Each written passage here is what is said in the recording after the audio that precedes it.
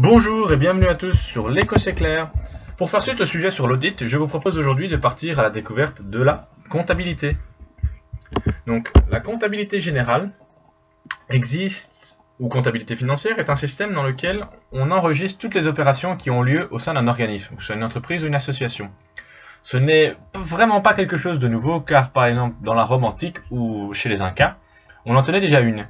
C'était de manière beaucoup plus sommaire, mais en fait on tenait déjà en compte les dépenses et les recettes, ce qui est la base d'une comptabilité. Ce n'est seulement qu'en 1494 que la comptabilité en partie double, que nous verrons un peu plus tard, fut créée par le moine italien Luca Pacioli, à Venise. Il faut savoir que c'est une obligation légale de tenir une comptabilité à jour. La recommandation et les comptabilités à fournir diffèrent suivant la taille et la structure légale. Donc, je vais vous montrer ici pour les différentes structures en Belgique par exemple. Pour les ASBL, donc les associations sans but lucratif, si elles sont petites, elles doivent tenir une comptabilité simplifiée, qui est sous forme que d'un seul tableau. Et si elles remplissent 2 des 3 conditions, elles doivent tenir une comptabilité complète.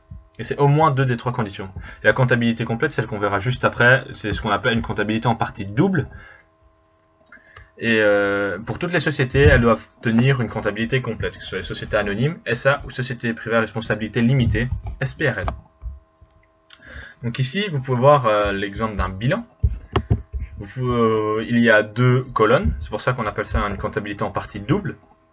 Avec à gauche, vous avez l'actif, c'est tout ce que l'entreprise ou l'organisme possède, avec par exemple les stocks, les immobilisations corporelles ou incorporelles. Donc corporelles, ça peut être des machines, des voitures, ce genre de choses.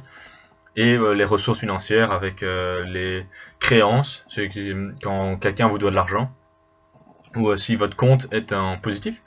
La différence, le passif est tout ce que vous devez, donc ce sont les dettes, ou par exemple si votre compte en banque est négatif.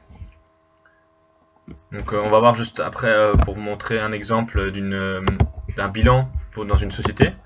Parce qu'il faut savoir que les entreprises sont obligées de les publier et toute comptabilité est disponible, vous pouvez les voir en Belgique sur le compte de la Banque nationale de Belgique, la BNB. Et voici un exemple avec l'actif, les différents comptes, avec un code comme vous pouvez le voir, pour chaque compte et la différence entre l'année d'avant et cette année. Pour pouvoir tenir une bonne comptabilité, il faut utiliser un plan comptable minimum normalisé, en PCMN. Parce qu'en fait, vous avez tous les numéros de compte, comme vous pouvez le voir ici, donc les codes, sont réunis dans un PCMN pour pouvoir tenir une bonne comptabilité, le faire de meilleure manière et pas se tromper. Avec le bilan, vous avez le compte de résultat. Donc le compte de résultat, il fait aussi en 2 colonnes, avec d'un côté les charges et les produits. Le compte de résultat est vraiment l'image de comment est l'entreprise, enfin ce qu'elle réalise tout de suite. C'est pas tout ce qu'elle a, c'est vraiment ce qu'elle réalise. Donc c'est pour ça qu'on prend en compte que les ventes ou les achats de biens, etc. C'est vraiment la situation sur 6 mois. Alors que le bilan, c'est la situation générale. Donc c'est les dettes, si vous avez des dettes, mais les dettes peuvent dater d'il y a 2 ans, 3 ans. Alors que le compte de résultat est remis à zéro chaque année. Et en fait, dans le compte de résultat, la colonne de droite ou la colonne n'est pas obligée d'être égale à la colonne de gauche. C'est pour ça que en fait, si les produits sont supérieurs aux charges, alors vous avez un bénéfice, comme c'est marqué en bas, ou l'inverse. Alors que dans le bilan, l'actif doit toujours être égal au passif. Donc ici, vous pouvez voir des petits exemples de comptes et d'étapes.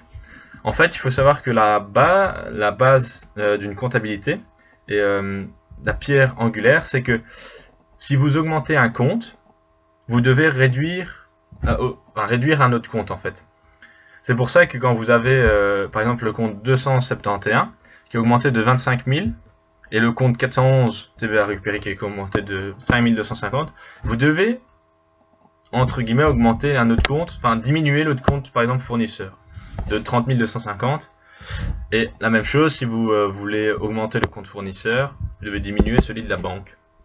En fait, ça marche toujours comme ça. C'est comme ça que vous pouvez avoir par exemple que l'actif et le passif sont toujours égaux. Et un deuxième exemple, si là dans le premier, en fait, c'était des compte du bilan. Donc vous pouvez bien voir les comptes ici, 271, 411. Il faut savoir que chaque numéro est propre à un compte. Par exemple, le compte TVA à récupérer sera en grande majorité 411, il peut être 412 je pense, 4110, mais il ne pourra pas être 271 par exemple. Et le compte 440 est le compte fournisseur. C'est obligatoire d'avoir ce numéro là. Et le compte banque la même chose. C'est très structuré, c'est pour ça qu'on utilise très souvent ce que je vous ai montré, le plan comptable minimum normalisé. Un deuxième exemple, c'est par exemple si vous augmentez la même chose, si vous augmentez les services et biens divers, donc c'est par exemple, vous faites appel vous achetez des biens, mais vous devez diminuer votre compte du même montant que vous avez acheté. Et ensuite, vous pouvez réduire pour augmenter un autre compte, d'autres frais d'établissement, ce qui permet de rétablir la vérité. Mais c'est un peu plus complexe, et on verra pas ça dans une vidéo d'introduction aujourd'hui.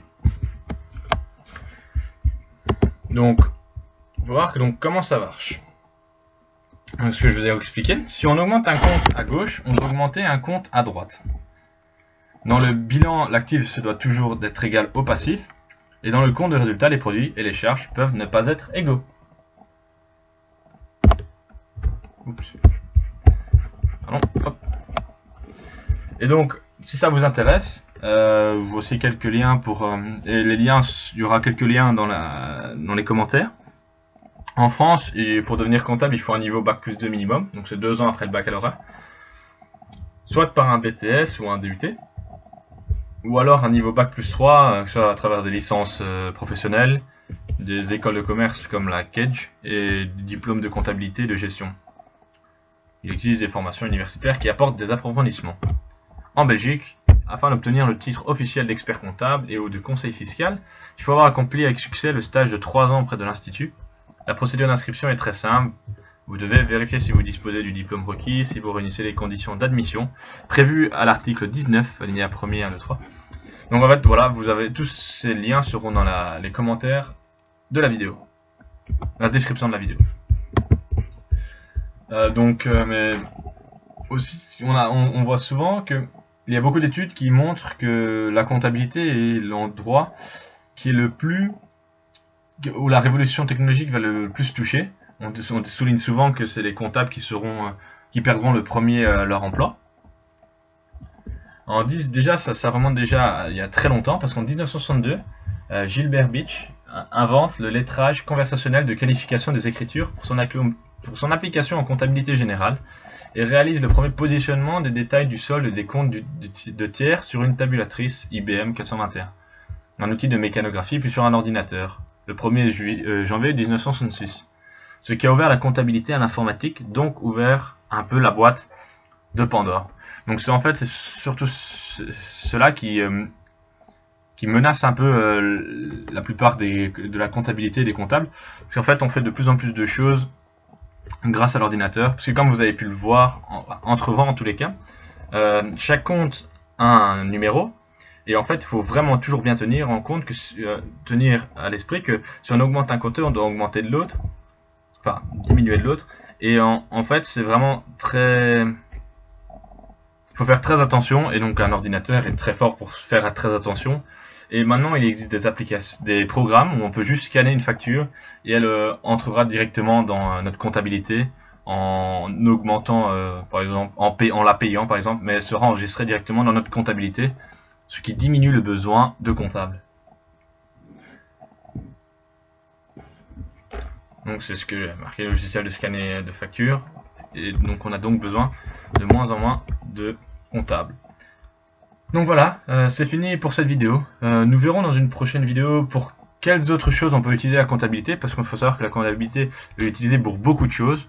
On ne la fait pas, l'audit regarde la comptabilité, mais on utilise aussi beaucoup la comptabilité pour par exemple pouvoir diminuer ses impôts, et ou donc à l'optimisation fiscale, mais ce sera le sujet d'un autre sujet de vidéo. N'hésitez pas à partager la vidéo, à commenter si vous avez des remarques ou des questions, et si vous avez aimé, de mettre un like sur la vidéo. Ça m'aide pour pouvoir me faire connaître, enfin pour pouvoir en tous les cas permettre au plus grand nombre de pouvoir voir ces vidéos. Et je vous remercie et à bientôt dans une prochaine vidéo.